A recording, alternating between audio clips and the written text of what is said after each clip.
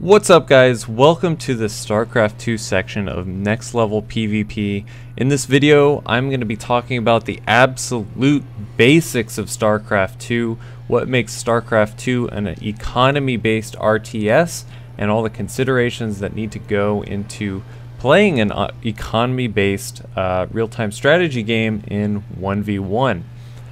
To back me up with this, I'm going to be watching a Terran vs. Terran. This is TSL Polt versus Slayer's Sella. And sometimes I'm going to be referencing this game, and other times I'm just going to be talking about how StarCraft 2 works and how economy fits into the overall strategy of StarCraft 2. So this is going to be starting from the very, very basics. So if you feel like you have a decent grasp on StarCraft 2, the units, kind of how economy management works in a game like this, then I would suggest moving on to one of the later lessons. Okay, so first of all, to start off, absolutely basic here, you start off with 6 workers and a command center. There are 2 different types of resources. There are minerals and there are gas. Minerals are your kind of macro, they're the cheap resource basically, that you can, everything in the game will have a certain mineral cost. Not everything will have a gas cost. Gas is the resource of technology.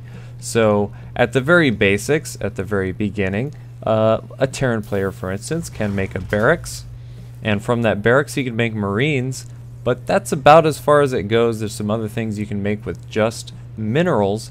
However, as you start moving up this tech tree, it requires more and more gas.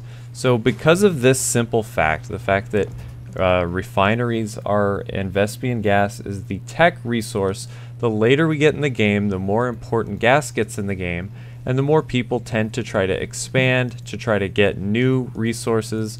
Of course, the minerals are always important because they enable you to do a lot of things, but the gas is the real technology advantage that you can get later in the game, so it becomes even more important. Okay, so the reason I picked this game and the reason I think it's a good example of economy management is because these players are doing essentially the same thing. So I'm going to pause this right here. We're going to look exactly where both these players are at the moment. So both of them have, well, I'm going to wait just a few more seconds, and a couple upgrades are going to finish, and then they will truly be in the exact same spot here. Okay. So now we really are pretty much in the exact same spot. So let's look and see what Polt has. Polt has an orbital command, 2 refineries up, a barracks, and a factory. I'm going to ignore these supply depots for right now because they're pretty much irrelevant. So let's see what his opponent has. His opponent has an orbital command, a factory, a barracks, and 1 gas. Okay. The reason I chose this replay is because they make these kind of divergent decisions right here, where one player chooses to get his 2nd gas, he's choosing to invest more into technology, whereas the other player is choosing to invest more into a later game, okay? And the way you get to the later game is by getting more bases. It's not by getting more resources necessarily, it's by getting the potential to get more resources by having more bases. So you're going to notice this player, by skipping this Vespian geyser, he's skipping the 75 minerals it takes to put that down, he's skipping putting 3 SCVs in each of these refineries, and he's going to be able to get his 2nd base up a lot faster than our player that's going for the higher technology. So the inverse to that is that the player going for the higher technology is going to be behind in economy. So he's got to take that extra tech advantage that he has and turn it into some kind of victory of some kind.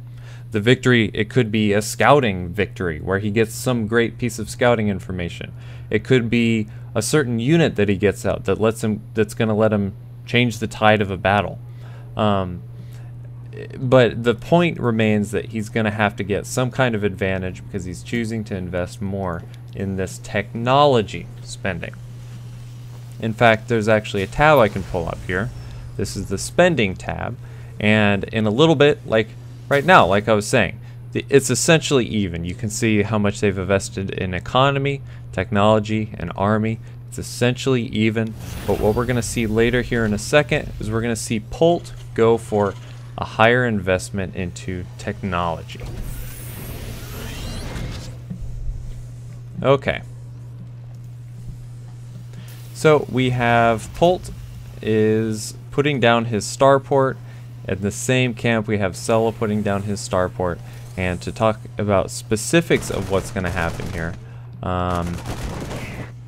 Polt is going to go for a cloaked banshee, whereas his opponent Sella is going to be going for an uncloaked banshee. Okay, and the whole enabler for this, once again, is this gas. So right now, I think is a good time to pause and just look at the repercussions of getting this gas versus not getting this gas. We can do that by comparing resources.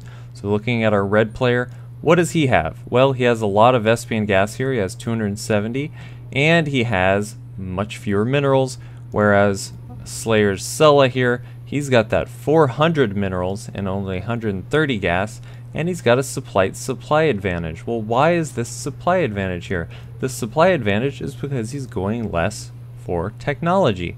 Technology, Polt is getting at the expense of basically everything else. Whenever you are watching a player play, you can judge their strategy based on how many gases they're getting before they get another base.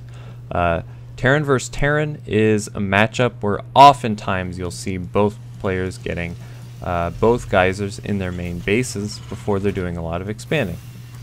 So here we see the advantage for Sella in the mineral income is paying off right here. And so he's spending some money on this command center. And whenever you're thinking about economy, this command center is a cost, right?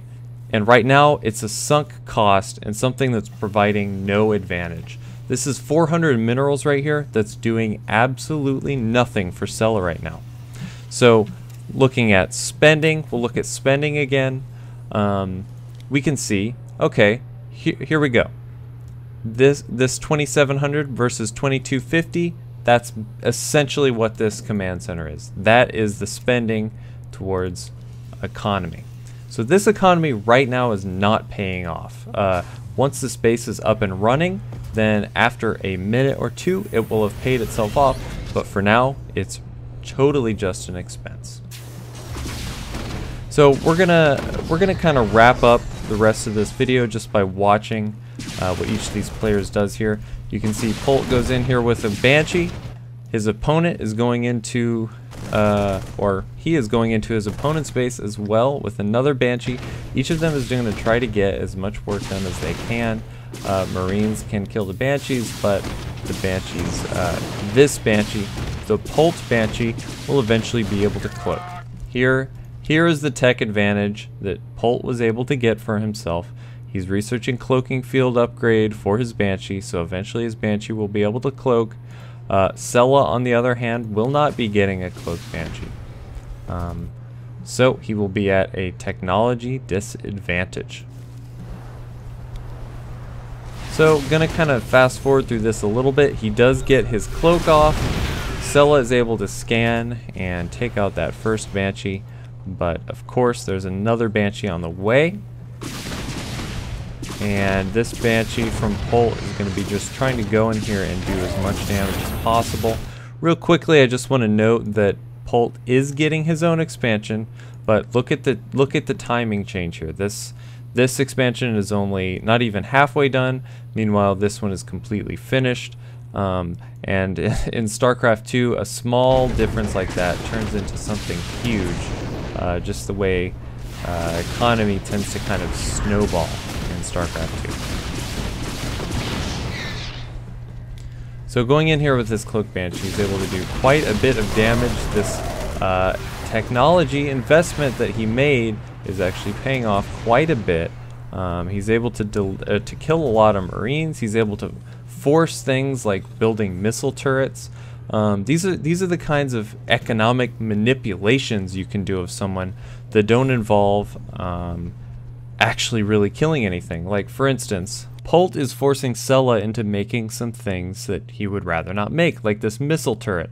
The engineering bays, he has 3 missile turrets up right now that he would rather have not made, but because of the threat of the Cloaked Banshee, it's an economic harassment, even if he's not doing anything with it, that forces his opponent into making some costly response. Okay, so before I wrap this up, I actually wanted to just make one quick comparison. I've been saying economy-based RTS, and I wanted to just highlight the difference between an economy-based RTS and a non-economy-based RTS, and to stay within the Blizzard franchise, because I think that's probably what most people are familiar with. It's certainly what I'm the most familiar with. Starcraft as compared to Warcraft is a pretty decent example of a economy-based RTS where one is focused much more on economy than the other. What we're going to be seeing here, just as the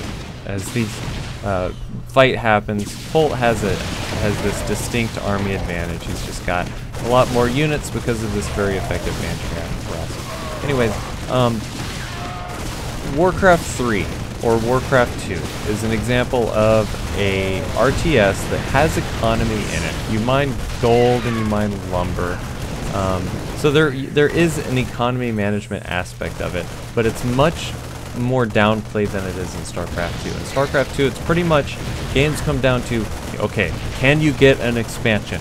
Can you get a 3rd base? Can you get a 4th base? And whoever can get those bases and keep them and defend them most effectively will have the biggest economy, and then will usually win. Warcraft 3 is not this way. It's important to take new bases, but it's much more important to be out killing creep, doing a lot of micro, kind of babysitting your heroes and things like that. There's even games out, RTS games out there that have no economy whatsoever. The new Dawn of War game, the name of it slips my mind at the moment, has no economy whatsoever. There's no base management, there's no resource management. I guess it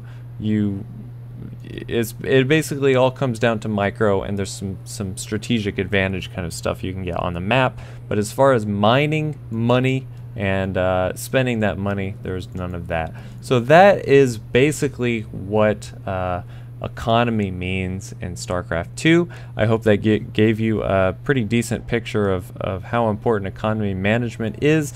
Obviously there's a lot more to it than could be covered in one video, so I hope you'll continue watching videos and progressing through these series as you get more skilled, more familiar with Starcraft 2, and yeah. Alright, so stick around and I'll see you guys for the next video.